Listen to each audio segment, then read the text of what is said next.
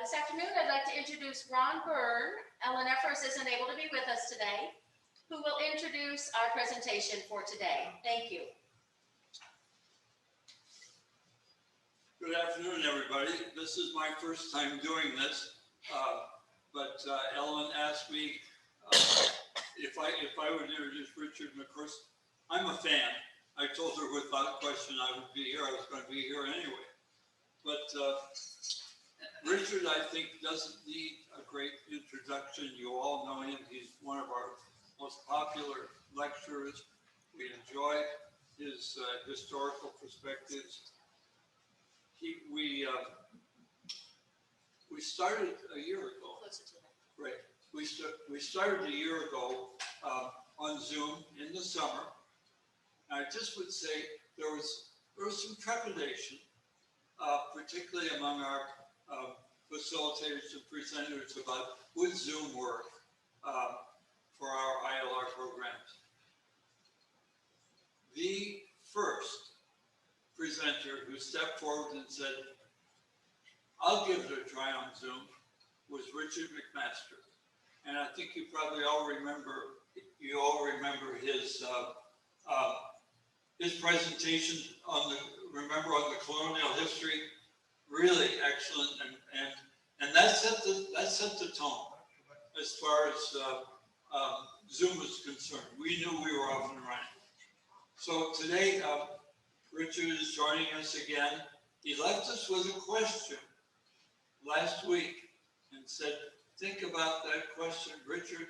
I'll turn it over to you. You can maybe give us the answer.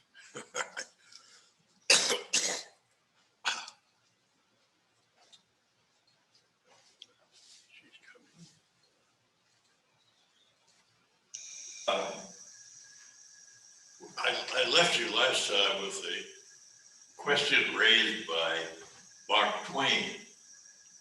Did Sir Walter Scott cause the American Civil War? And it seems like a far out kind of idea, but we'll see that there is a connection.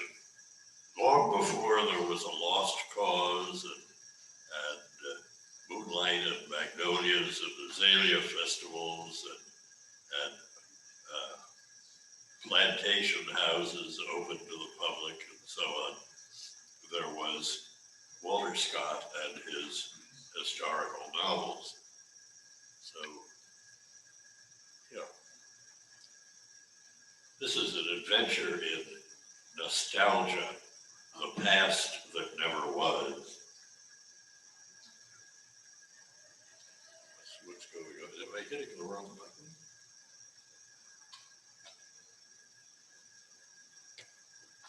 Yeah. Okay. Mark Twain gives us a quotation.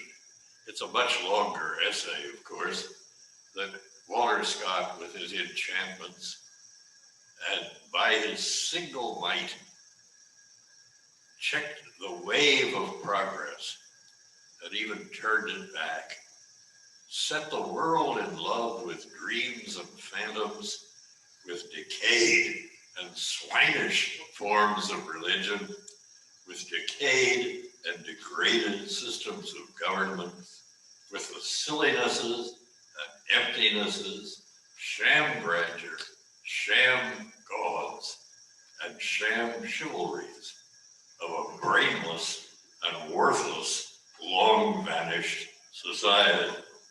All right. And then Southerners are especially susceptible to Scott's fantasy, identifying chivalry as a Southern ideal, along with the quest, the duel, the courtship of a fair maiden. Jousting and crowning a queen of love and beauty became a popular sporting event across the Southern states. It still exists. When we lived in Bridgewater, near Harrisonburg, Virginia, there was an annual jousting where young men mounted forces with lances in their hand would attempt to, they weren't trying to kill one another, of course, but they would attempt to be the ones who got a ring on the end of their lance and safely brought it around. And then at the end, they crowned like the homecoming queen at the high school, they crowned the queen of love and beauty. So it's still, among some folks, it's still a living tradition. Walter Scott basically invented the historical novel with the Waverley, well, actually Waverley was the first book, and everything thereafter he wrote was signed. He didn't have his real name on it. It was by the author of Waverley. So it was the whole Waverley tradition. And this is a quote from a journal published in this country, in Boston actually, in 1825.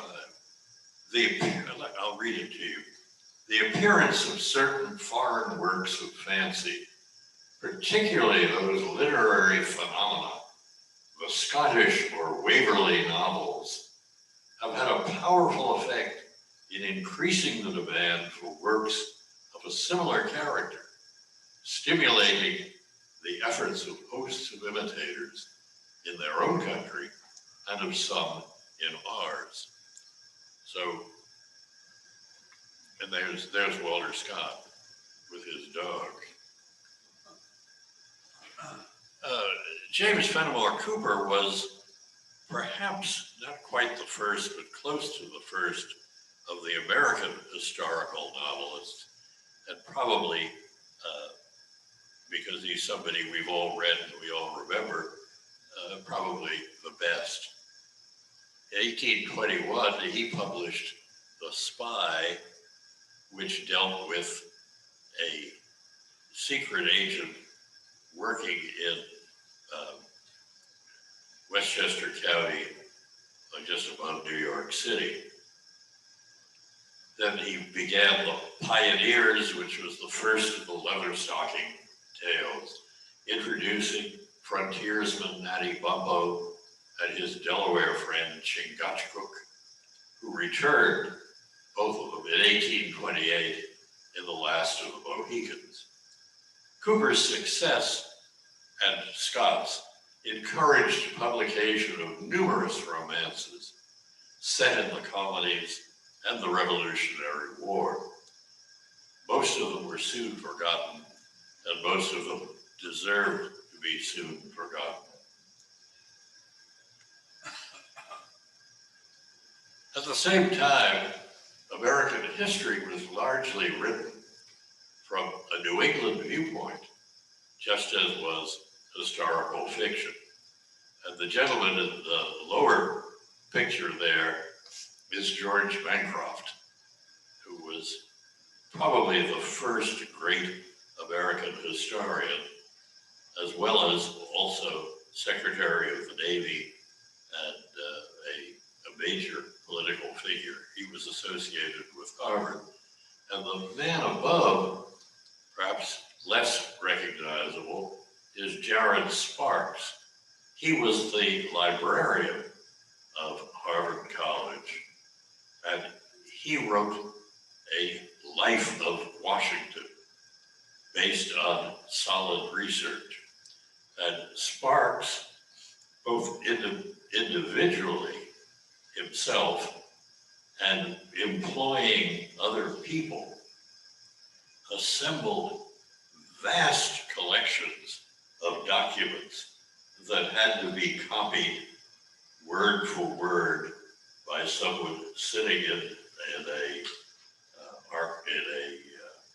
generally in a public records office somewhere in a different country, or papers that had belonged to some British aristocrat or people here in this country. So he assembled the materials for American history. But again, These two gentlemen are tied very much to Cambridge, Massachusetts. So Southerners responded with their own historians and novelists. George Tucker, professor at the University of Virginia, published The Valley of the Shenandoah, or Memoirs of the Graysons, in 1824. It traced the downfall of an aristocratic family due to their extravagant living, and it was based on his own Carter relations. George Tucker was actually an immigrant. He came from Bermuda, where he had grown up, and his family had been there for a couple of generations. He later published the first biography of Thomas Jefferson and a 4-volume history of the United States from colonization to 1841.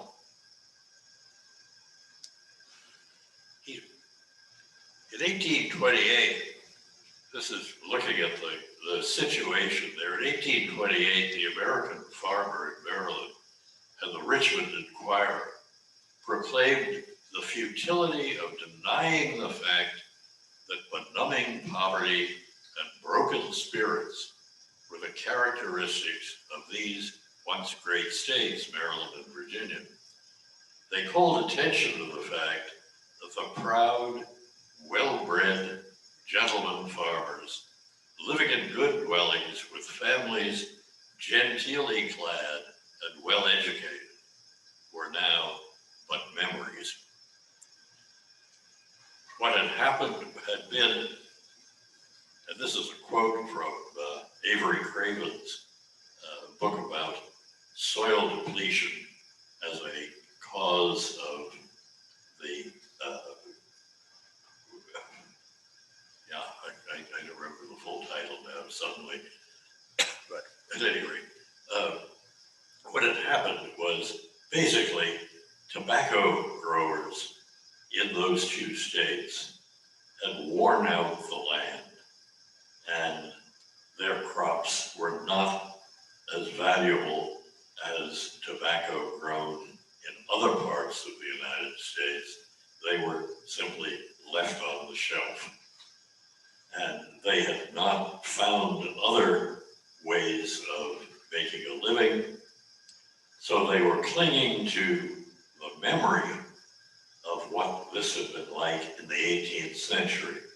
But by the age of Jackson, most of these places had declined very, very precipitously.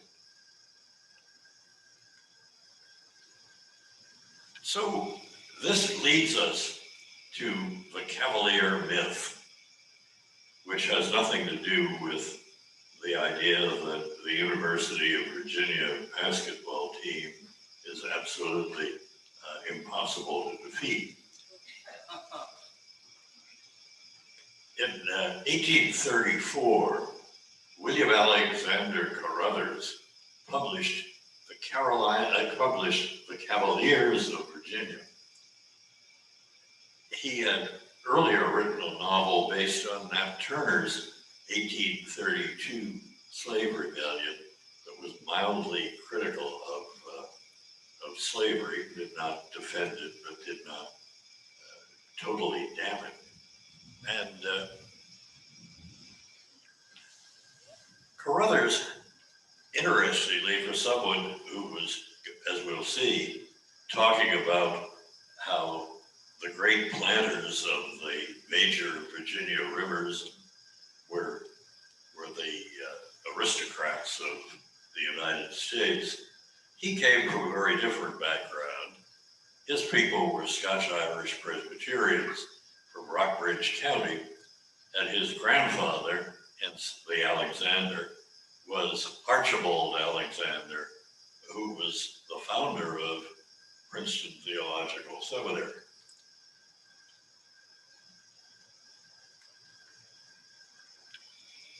Now this is a quote. There's an awful lot of quotes like this, but let's just give you this one.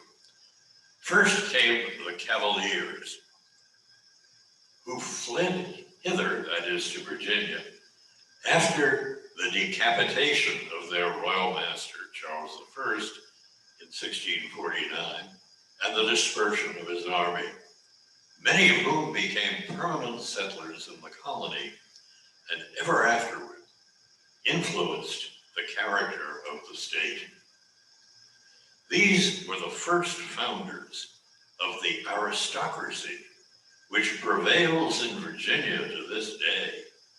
These were the immediate ancestors of that generous, fox-hunting, wine-drinking, dueling, and reckless race of men, which gives so distinct a character to Virginia, where they may be found. Well, this is a pretty good statement of the Cavalier Myth coming at the very beginning. The fact is, of course, that most of the people who came to Virginia in the 17th century came as indentured servants and were, in fact, working class people from England, rural farm workers and so on, who simply couldn't make it at home. One didn't, after all, sign up as an indentured servant if you had a manor house and servants to wait on you. So one or two families could actually trace themselves to English landed gentry. But most people, the emigrant ancestor, as for example, George Mason of Gunston Hall's immigrant ancestor, was the son of a butcher in Pershore in Worcestershire in England. He was not landed gentry by any means, but Mason, by the 18th century, had acquired a coat of arms, a rather bogus coat of arms that was engraved on all of his silver, and he claimed to be connected with a family that had lived at a country house called Gunston Hall and named his house. And he was typical of the 18th century people who were not, they were not really the sons of the Cavaliers.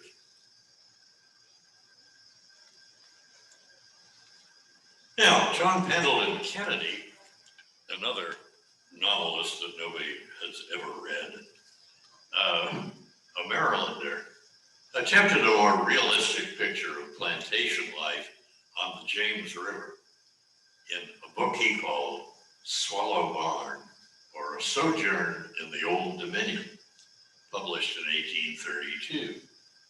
It's interesting, he has very little to say about the actual work of the plantation, much more on the hospitality and good manners of the fox-hunting planters.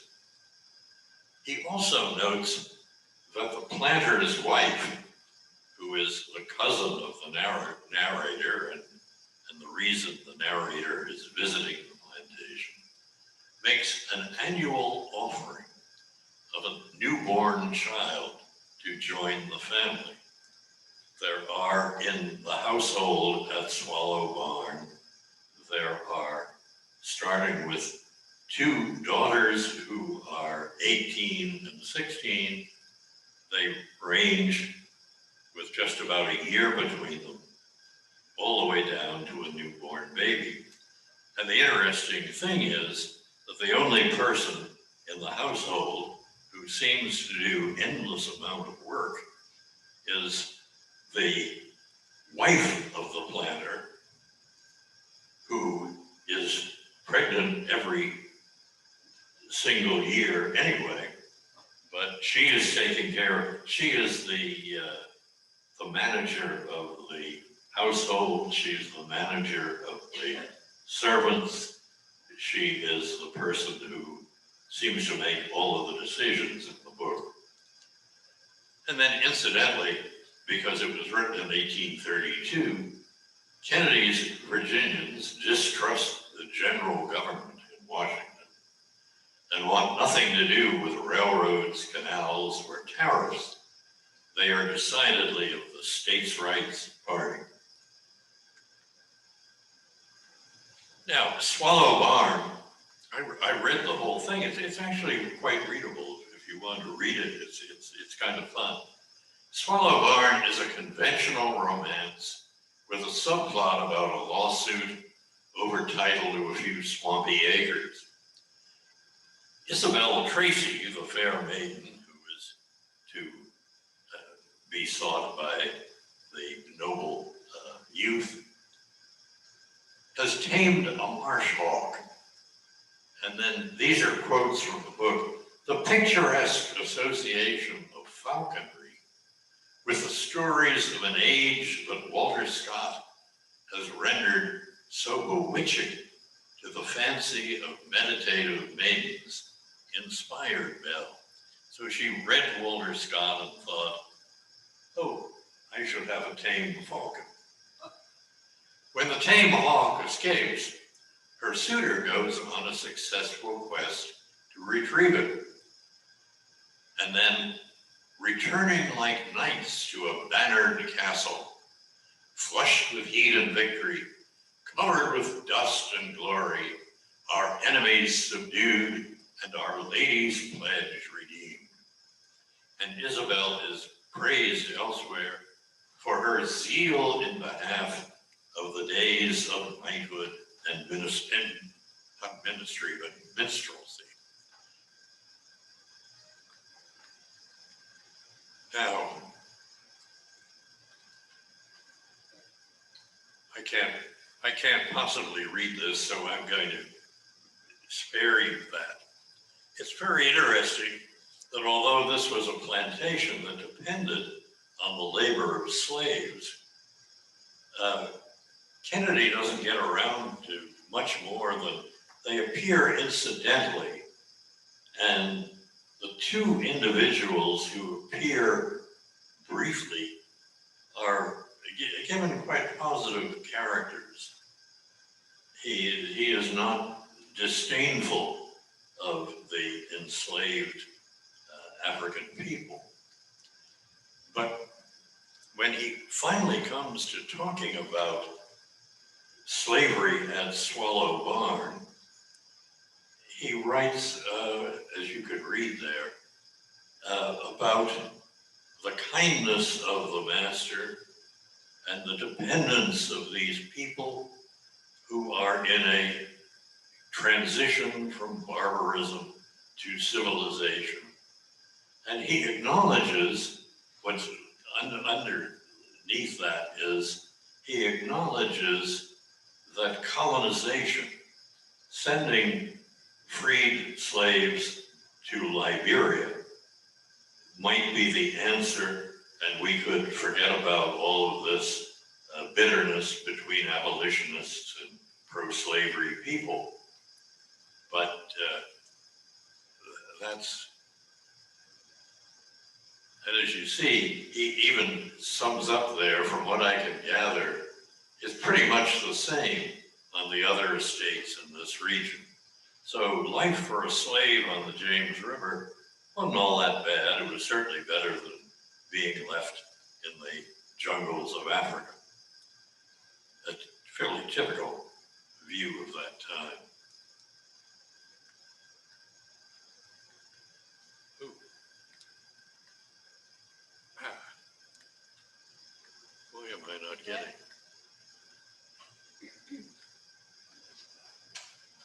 Why is nothing happening? Oh, there we go.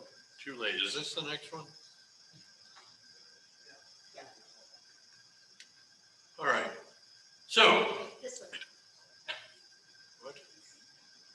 Oh, this one. Yes. Kennedy had a success with the Swallow Barn. And he wrote another novel, which was even more of a success, set in the southern backcountry during the American Revolution. Horseshoe Robinson, published in 1834, has as its hero a Scotch-Irish blacksmith named Galbraith Robinson, who outwits British spies and saves his commander. And it leads up to the Battle of Kings Mountain, which is very accurately, that whole campaign is very accurately described by Kennedy. But Kennedy may not have known that Horseshoe Robinson was very much alive and living in Alabama. And apparently he was amused to discover the wonderful things that he had done in the American Revolution. And after his death in 1838, a local bard penned a tribute in verse. It's interesting to see that what goes into this.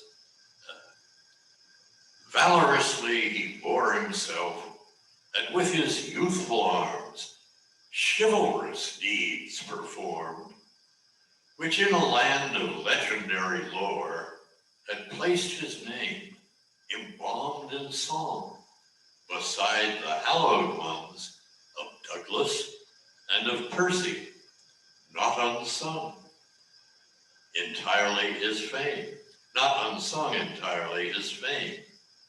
Romance, namely Kennedy, romance has wreathed with flowering fingers and with wizard art that hangs the votive chaplet on the heart. His story, mid her fictions, and hath given his name and deeds to after times. I thought that was an interesting little bit of verse because you'll note that this aged survivor of the American Revolution had performed chivalrous deeds, not say just patriotic deeds or something of the sort.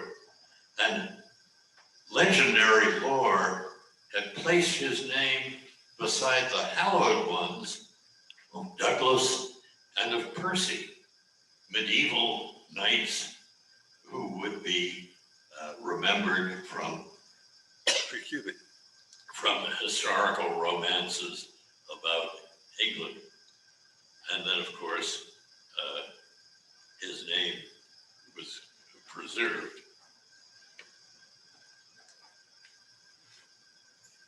By the 1830s, Southern writers embraced a mix of Walter Scott's knighthood and minstrelsy, states' rights, and a defense of slavery. In November 1832, South Carolina moved to declare the tariffs enacted by Congress null and void in the state. So the nullification arguments, the defense of slavery, were all the backdrop to these novels that we've been talking about, which are also from the 1830s. 20 years later, Free Soil, the Fugitive Slave Act, and Kansas, Nebraska divided the country. George Fitzhugh entered the debate in 1854 with Sociology for the South, or the Failure of Free Society. That's a photograph of George Fitzhugh about the time he wrote these books. And that is the the first page, the title page of Sociology for the South, published in Richmond in 1854. And Fitzhugh, incidentally, was the first person, I don't know whether he actually coined the word, but he was, according to the OED, he was the first American to use the word sociology.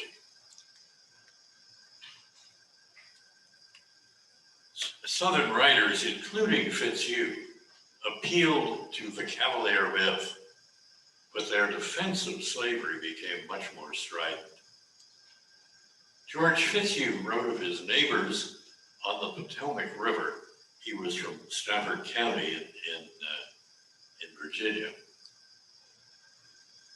An article called The Cavaliers of Chotank in DuBose magazine. DuBose magazine, published in New Orleans, was the Southern answer to the popular magazines like Harper's that came from the North. So a quote from Fitzhugh: these people, his neighbors, these planters on the Potomac River, they were always English in manner, for they were descended from the gentry of England, the same people in disposition, manners, temper, and blood that they were 200 years ago. So there had been no evolution whatsoever of the Virginian. He was still a 17th century English royalist Cavalier. In Sociology for the South, Fitzhugh noted that in the previous 30 years, as the wealthy grew richer, the working classes in England and in the United States grew poorer. This came from each man's pursuing his own selfish welfare. And he contrasted this with the paternalistic system of slavery, where the master was obliged to care for his charges, which Fitzhugh considered the very best form of socialism. And the contemporary cartoon there, you will see on the one hand, and there's a whole lot of stuff written at the top, but on the one hand, a young boy is interceding apparently with his parents for the slaves on the plantation. And in the other, a factory owner is looking at the presumably dead or dying body of one of his workers with total uninterest in doing anything for it. And then Fitzhugh expanded his argument in Cannibals All, or Slaves Without Masters, which was published in 1857. Both of these books, well, let me go back to the first one.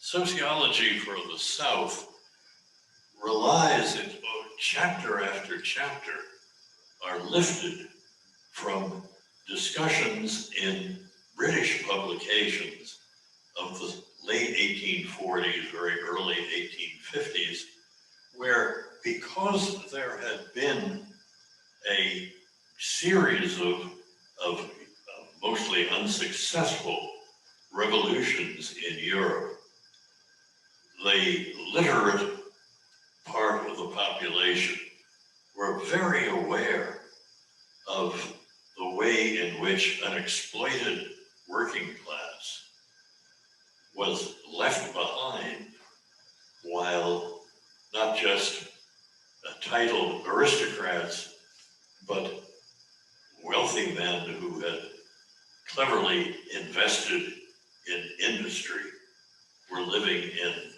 luxury. And they get to be quite repetitive. They're saying much the same thing.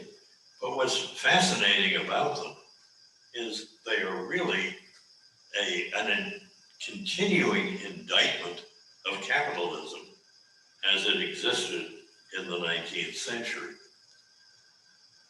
And so Fitzhugh, in his first book, is really somebody who is saying, I'm sorry, the capitalist system in a free society simply does not work because it leaves behind so many people. And maybe we could agree with that or not, or disagree with it. But when we get to Cannibals All, or Slaves Without Masters, he really is repeating the same kind of argument, but this is much more written in his own voice. It isn't so much a scissors and paste job as the first book. And he makes some fascinating ideas. This is what he suggested is, excuse me, excuse me. I learned to speak English one of these days. I was sort of stumbling over the word. In Cannibals All, he makes some interesting points. One of them is that every advanced society has in fact depended on slavery. Well, what are your advanced societies? Well, we go back to the Greeks, to the birth of Athenian democracy. All of this, all of these great philosophers and scientists, they all depended on the labor of slaves. And the Romans, the great Roman Empire, it depended entirely on the labor of slaves. And then we come, he kind of skips over in between, and then we come to our own wonderful country and our revolution. And we're a little bit ashamed, perhaps today, to say, oh, Thomas Jefferson, he owned slaves, he defended slavery, and so on. Fitzhugh says, every one of the men who shaped our wonderful republic was a slave owner. They wouldn't have been able to do it if it hadn't been for the labor of slaves. So, okay, that sounds like a standard Southern objection. But then he goes a step further, which is why he's talking about Cannibals All, or slaves without masters. He's talking about how, in especially industrial sites in the North, people, and he's reiterating what he said earlier, that while the slave owner has a paternalistic interest in his charges, and consequently will keep them alive and care for them and so on, the factory owner has no interest in anything except the labor of his workers. So if this 12-year-old boy is injured by one of the machines, yeah, just chuck him out and hire somebody else to take his place. We have no obligation to do anything for it. So these are the cannibals that he's talking about. And he takes this then a further step, which makes Fitzhugh kind of unique in the whole annals of the defense of slavery. Because he is not arguing that what we really need are more organized labor unions to represent these poor downtrodden workers. No, they would be much better off, and he's serious, they would be much better off if we extended slavery to embrace all those poor white people who cannot really care for themselves. If they were owned by the factory owner, well, he would want to take care of them. He had an investment in them. And so, while these people may be slaves without masters, no, he would like to see them with masters. So this is perhaps one of the most extreme and in many ways most interesting workings out of the Cavalier myth, that we had moved from dreams about our aristocratic, chivalrous planters to finally suggesting that we ought to have a grotesque kind of society that rested on the slavery of you and me and practically everybody else except for a handful of people who would own us. So that's George Fitzhugh on the eve of the American Civil War. And at that point, I will turn it over to you for a question.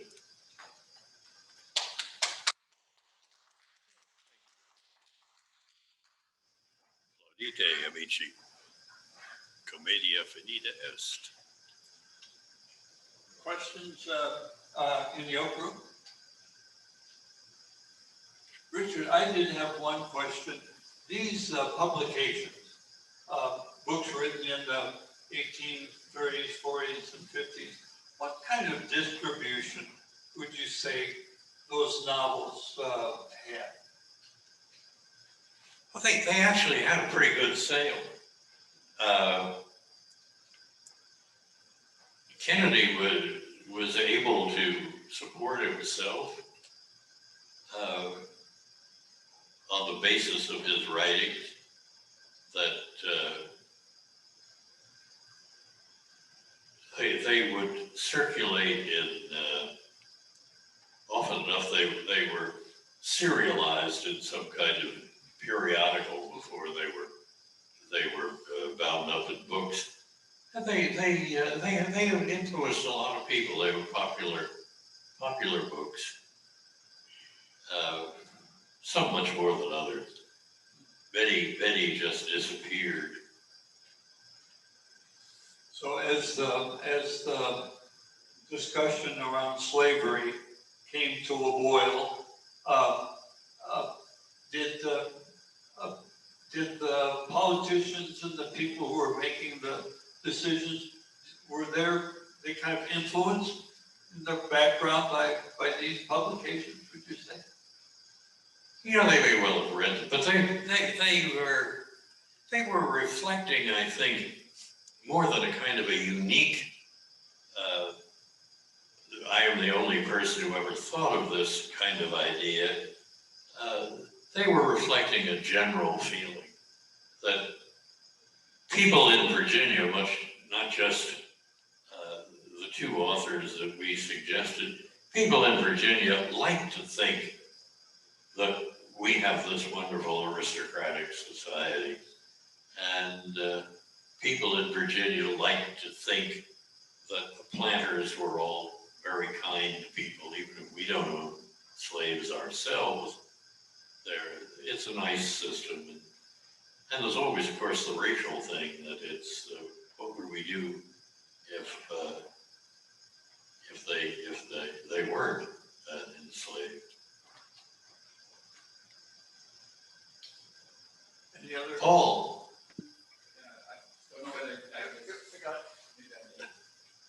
Well, we're getting over to Paul. Rick, why don't you go ahead? Oh, Rick. Thanks so much. Really interesting. I was wondering if Fitzhugh was familiar with the writings of Karl Marx, who was writing around that time, because it seems like at least the beginning of his analysis reflected that type of thinking. Yes, I think he was. He certainly the manifesto was widely published, and he may even quote directly from it. I don't have total recall, but he was influenced by you have it that in the late 1840s you have the rise of socialism, and by his phrase, for example, that slavery was the highest and best form of socialism. His socialism was a very good word in his mind. So, and Marx was writing as a correspondent for the New York Tribune at that time. So, you know, I'm absolutely certain that Fitzhugh had read Marx, and maybe in another generation he would have identified himself as a Marxist. I don't know. Thank you so much, Richard. This was just marvelous insight into not only that period and romanticism of the writers, but of our whole history. because so much of what was in the Romanticism has carried forward, and so much of the dialogue between capital and labor continues right up to today and to right at this moment. I have one comment and question, I guess, about where the Romanticism came from. I know that this is the same period in music and art and in political dialogue in Europe at that time, in the early 19th century. Romanticism was sort of the moment for that in so many fields. And also that many of the Virginia aristocracy, such as it was, were second sons of, I understand, maybe I didn't get my history correct, but they were second sons of the wealthy in England who could not inherit, and the second prize was to get a piece of land in Virginia. I don't know whether that's accurate, but they probably brought with them a lot of this aristocratic manners, these kinds of expectations about the society in which they lived.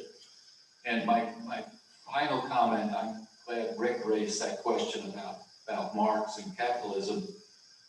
I have always felt that America was not just founded, but it has never shook the idea of cheap labor, and slaves are the cheapest. And we're still pursuing cheap labor. When we sent all of our factories overseas, Yes. we're still pursuing that. Yes. And that conflict we've never resolved. I don't know whether you have any comment on that. Oh, that's Paul. I didn't realize that was you in the back. Okay. There are a couple of, I'll take those in order there, I think. There are a couple of families, the Lees and the Fitzhughs, notably, who fit that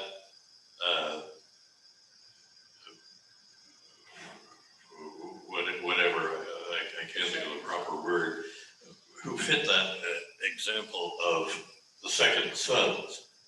They really did have roots in the English landed gentry. Many of the planter families in the 18th century were people who had come as working for a British import company, and who saw the advantage of acquiring land.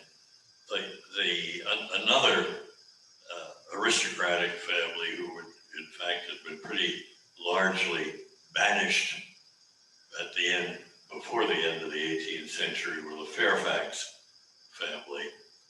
And some of these people who came as businessmen, one of them married an heiress of the Fairfaxes and acquired a large plantation, and so on. So there are some links like that, but by and large,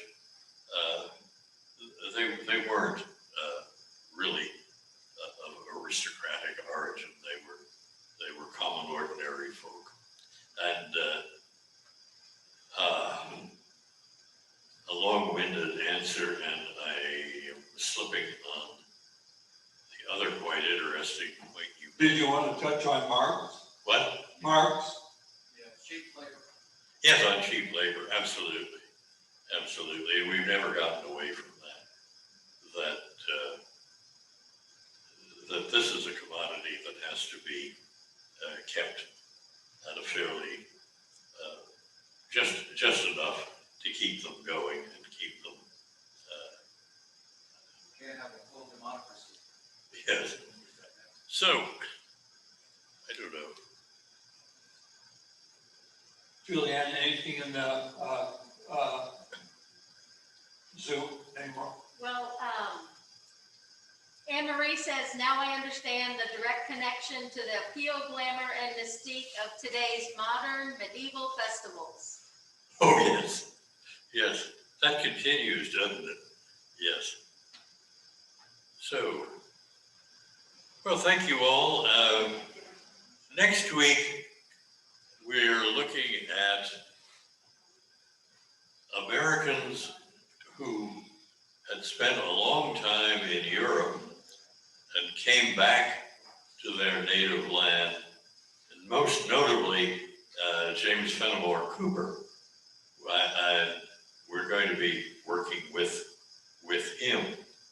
And since it's, I'm going to hold you for one last comment. Since Cooper wrote this in 1840, and we've been talking about slavery, Cooper has a whole section in the American Democrat published in 1840 on slavery, and which he suggests that while there have been slaves in every society, and he's thinking of Europe, of course, because they were the same people, it was easy for them to be assimilated and so on.